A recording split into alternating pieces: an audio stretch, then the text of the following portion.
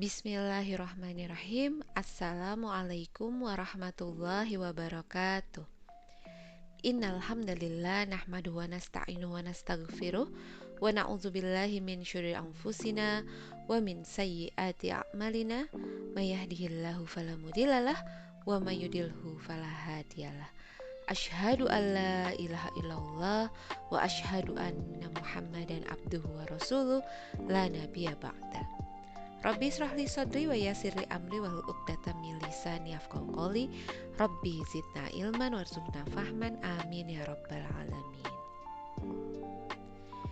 Ibu-ibu dan akhwati fillah yang sholihah, cantik dan pintar, alhamdulillah Allah masih mempertemukan kita. Semoga ibu-ibu dan akhwati fillah senantiasa sehat dan juga senantiasa dalam lindungan Allah Subhanahu wa taala. Amin ya rabbal alamin. Salawat serta salam semoga senantiasa tercurah kepada Nabi Muhammad SAW beserta keluarga, sahabat, tabi'in dan juga umatnya yang senantiasa memegang teguh Islam hingga akhir zaman. Semoga kita menjadi bagian di dalamnya. Amin ya rabbal alamin. Ibu-ibu dan akhwati fillah, seperti biasa setiap Rabu malam kita ada acara ngobrol berkah. Untuk ngobrol berkah kita pada malam hari ini, kita akan membahas tema seputar muamalah. Untuk kali ini berjudul Hukum Merampas Harta Milik Orang Lain. Ibu-ibu dan akhwati fillah, merampas adalah mengambil hak orang lain dengan cara paksa dan aniaya. Hukum merampas adalah haram, dosa besar. Sebagaimana di dalam Quran surat Al-Baqarah ayat 188, A'udzubillahi minasyaitonirrajim. Wala ta'kulu amwalakum bainakum bil batil. Shadaqallahul azim. Yang artinya, dan janganlah kamu makan harta di antara kamu dengan jalan yang batil. Ibu-ibu dan akhwati fillah yang sholihah, cantik dan pintar, beberapa waktu yang lalu kita dibuat kaget ya dengan sikap pro dan kontra terhadap tindakan kepolisian yang memberikan status tersangka kepada seseorang yang bernama Malik ya, seorang pemuda dari Lombok Tengah, Nusa Tenggara Barat. Kenapa kita juga berita ini menjadi heboh gitu ya? Nah, Malik ini ditetapkan jadi tersangka oleh pihak kepolisian usai ia membunuh begal yang akan merampas harta miliknya. Oleh sebab itu, Malik dia harus meringkuk di dalam penjara akibat perbuatannya membela diri. Nah, ketidakadilan hukum telah membuat persoalan tersebut viral hingga aparat menyetop kasusnya. Ketidakpastian hukum di dalam sistem sekuler saat ini memang menjadi persoalan besar yang benar-benar yang benar itu jadi salah, yang salah jadi benar. Keadilan saat ini tuh sangat sulit ya, ibu-ibu dan akhwati fillah kita dapati. Biasanya juga sebuah kasus itu harus nunggu viral dulu baru diperhatikan dan juga diusut sesuai hukum yang berlaku. Nah, inilah bukti nyata dari kebobrokan sistem sekuler kapitalisme yang dianut oleh negeri ini. Terlepas dari polemik soal penetapan Malik sebagai tersangka oleh pihak kepolisian usai dirinya itu membela diri dan juga membunuh orang yang akan membegalnya, timbul pertanyaan, kira-kira apa kata Rasulullah tentang hukum merampas hak orang lain atau begal? Ulama mengatakan orang yang terbunuh saat membela hak hartanya dari perampokan atau pembegalan, maka si korban akan mendapat status mati syahid. Namun bagaimana jika yang terbunuh adalah orang yang merampok atau si pembegal tadi? Para pelaku kriminal yang merampas harta benda dengan mengancam keselamatan jiwa dengan senjata atau merusak kehormatan wanita diistilahkan oleh ulama dengan sebutan qatu'at thoriq. Seperti sabda Rasulullah SAW dalam hadis yang diriwayatkan oleh Muslim, Rasulullah SAW bersabda, ada seseorang yang datang menemui Rasulullah SAW. "Ya Rasulullah, bagaimana jika ada orang yang hendak merampas hartaku?" Kata Rasulullah, "Jangan kau serahkan hartamu." Lalu orang tersebut bertanya kembali, "Bagaimana jika dia melawan?" Rasulullah menjawab, "Lawan balik dia." "Bagaimana jika dia membunuhku?" tanya orang itu. "Engkau syahid," jawab Rasulullah. "Lalu bagaimana jika aku berhasil membunuhnya?" "Dia di neraka," jawab Rasulullah SAW. Ibu-ibu dan akhwati fillah, Islam memiliki hukum tentang pembegal atau qot'i at-thariq. Allah Subhanahu wa taala berfirman di dalam Quran surat Al-Maidah ayat 33 yang artinya, "Sesungguhnya pembalasan terhadap orang-orang yang memerangi Allah dan Rasul-Nya dan membuat kerusakan di muka bumi hanyalah mereka dibunuh atau disalib atau dipotong tangan dan kaki mereka dengan bertimbal balik atau dibuang dari negeri tempat kediamannya." Kemudian diriwayatkan dari Ibnu Abbas radhiyallahu anhu, Rasulullah SAW berpisah dengan Abu Barzah al-Aslami. Kemudian datanglah sekelompok orang ingin masuk Islam. Akan tetapi mereka membunuh sahabat beliau SAW. Lalu Jibril turun untuk menjelaskan hukuman atau had bagi mereka. "Sesungguhnya barang siapa yang membunuh dan merampas harta benda, ia akan dibunuh dan disalib. Barang siapa membunuh tetapi tidak merampas harta benda, maka ia dibunuh. Dan barang siapa merampas harta benda tetapi tidak membunuh, ia dipotong tangan dan kakinya secara bersilangan." Dengan demikian, sanksi bagi mereka berbeda-beda sesuai tindakannya. Dalam kitab Nizamul Uqubat dan Ahkamul Bayyinat karya Abdurrahman Al-Maliki dan Ahmad Ad-Daur dijelaskan sanksi bagi pembegal. Jika mereka hanya merampas harta benda saja, mereka akan dikenai hukuman dipotong tangan dan kaki kirinya secara bersilangan. Tangan dipotong di pergelangan tangannya seperti pemotongan pada kasus pencurian, sedangkan kaki dipotong pada persendian mata kakinya. Jika mereka hanya melakukan teror di jalan, mereka dikenai sanksi pengusiran, yaitu diusir dari negerinya ke negeri yang jauh.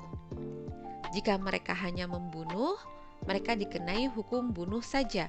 Dan jika mereka membunuh disertai merampas harta benda, maka mereka akan dibunuh dan disalib.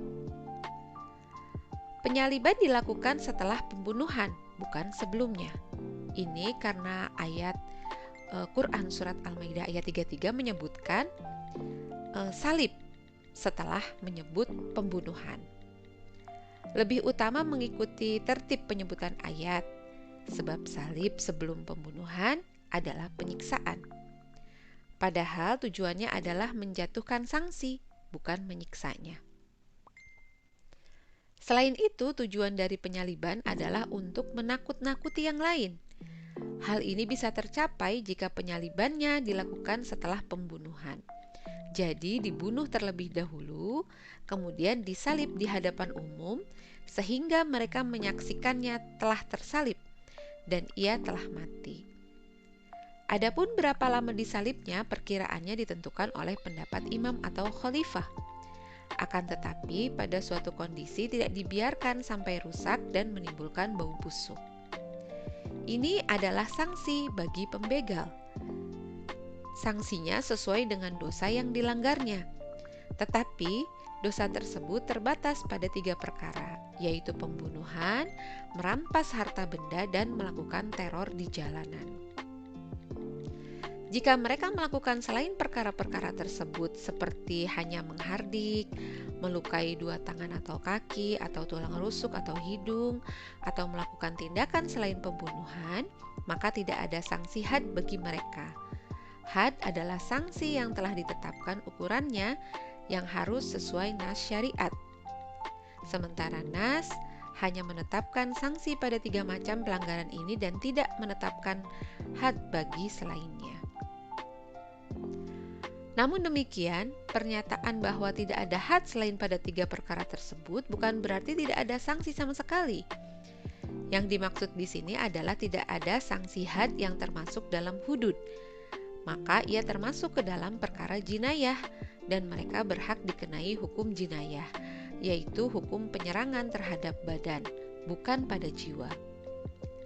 Adapun yang termasuk begal ada 3. Pertama, terjadi di luar wilayah perkotaan atau pemukiman, bisa di pedesaan, pegunungan, dataran luas, tanah luas, dan lain-lain.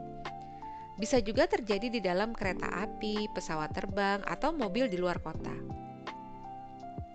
Kedua, mereka membawa persenjataan untuk membunuh seperti pedang, senapan, golok, pisau, dan yang bisa untuk membunuh, dan lain-lain. Jika mereka tidak membawa senjata atau bersenjata, tetapi tidak mematikan secara langsung seperti tongkat, cemeti dan lain-lain, mereka tidak dianggap sebagai pembegal sehingga tidak dikenai had. Ketiga, mereka datang secara terang-terangan mengambil harta benda dengan cara paksa dan menetap di tempat-tempat mereka. Apabila mereka mengambil harta benda dengan cara sembunyi-sembunyi, mereka disebut pencuri. Hal lain terkait pembegal adalah jika pembegal bertobat sebelum tertangkap negara, maka gugurlah hudud Allah bagi mereka. Namun mereka harus mengembalikan hak-hak manusia, baik jiwa, pelukaan, atau harta benda. Namun jika mereka dimaafkan, dengan sendirinya hadnya gugur bagi mereka.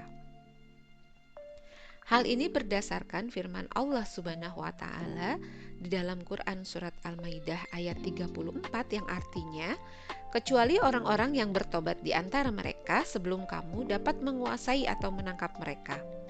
Maka ketahuilah bahwasanya Allah Maha Pengampun lagi Maha Penyayang. Kejahatan atau kriminalitas di masyarakat membutuhkan solusi yang fundamental agar angkanya tidak terus meningkat dari tahun ke tahun dan memprihatinkan. Angka kejahatan yang tinggi bisa terpengaruhi 3 aspek, yaitu keimanan, ekonomi, dan hukum.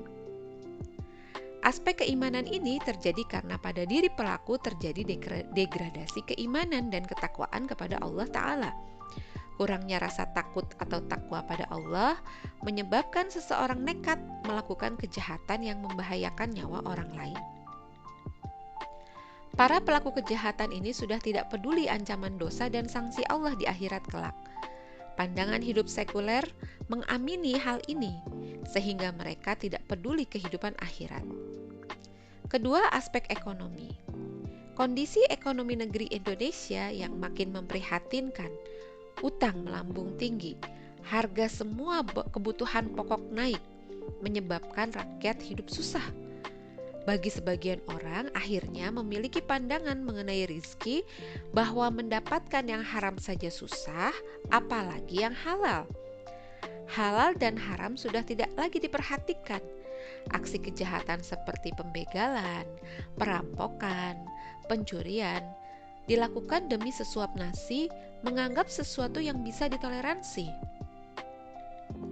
Ketiga, aspek hukum. Ketidakpastian hukum membuat pelaku kejahatan tidak jelas sama sekali. Ketidakadilan hukum juga masih menjadi momok di negeri ini. Yang berharta dan berkuasa bisa melakukan apa saja termasuk membeli hukum yang ada. Inilah gambaran nyata hukum kita saat ini. Wajar jika masyarakat menjadi pesimis ada solusi dalam kasus hukum. Oleh karena itu, harus ada perubahan secara mendasar dalam bidang hukum dan peradilan agar keadilan bisa kembali ditegakkan. Kemana lagi berharap kalau bukan kepada hukum Islam? Hukum Islam sejatinya berfungsi untuk memberantas kejahatan, bahkan mampu mencegahnya. Contohnya, hukuman potong tangan bagi pelaku pencurian disertai dengan pembuktian dapat mencegah pelaku lain untuk melakukan hal yang sama dan mampu memberikan efek jera. Selain itu, hukum Islam juga berfungsi sebagai penebus dosa bagi pelaku di akhirat. Ketika pelaku kejahatan sudah dihukum di dunia sesuai syariat Islam, insya Allah di akhirat kelak ia terbebas dari siksa. Hukum Islam ini tentu saja hanya bisa diterapkan dalam sebuah negara yang berdiri berdasarkan akidah Islam dan menerapkan syariat Islam secara kafah. Semoga segera tegak ya, ibu-ibu dan akhwati fillah, sebuah negara yang dia menerapkan syariat Islam secara kafah dalam seluruh aspek kehidupan. Amin ya rabbal alamin. Demikian yang bisa saya sampaikan, ibu-ibu dan akhwati fillah. Mohon maaf atas segala kekurangan dan kesalahan. Wallahu a'lam bishawab. Wassalamualaikum warahmatullahi wabarakatuh.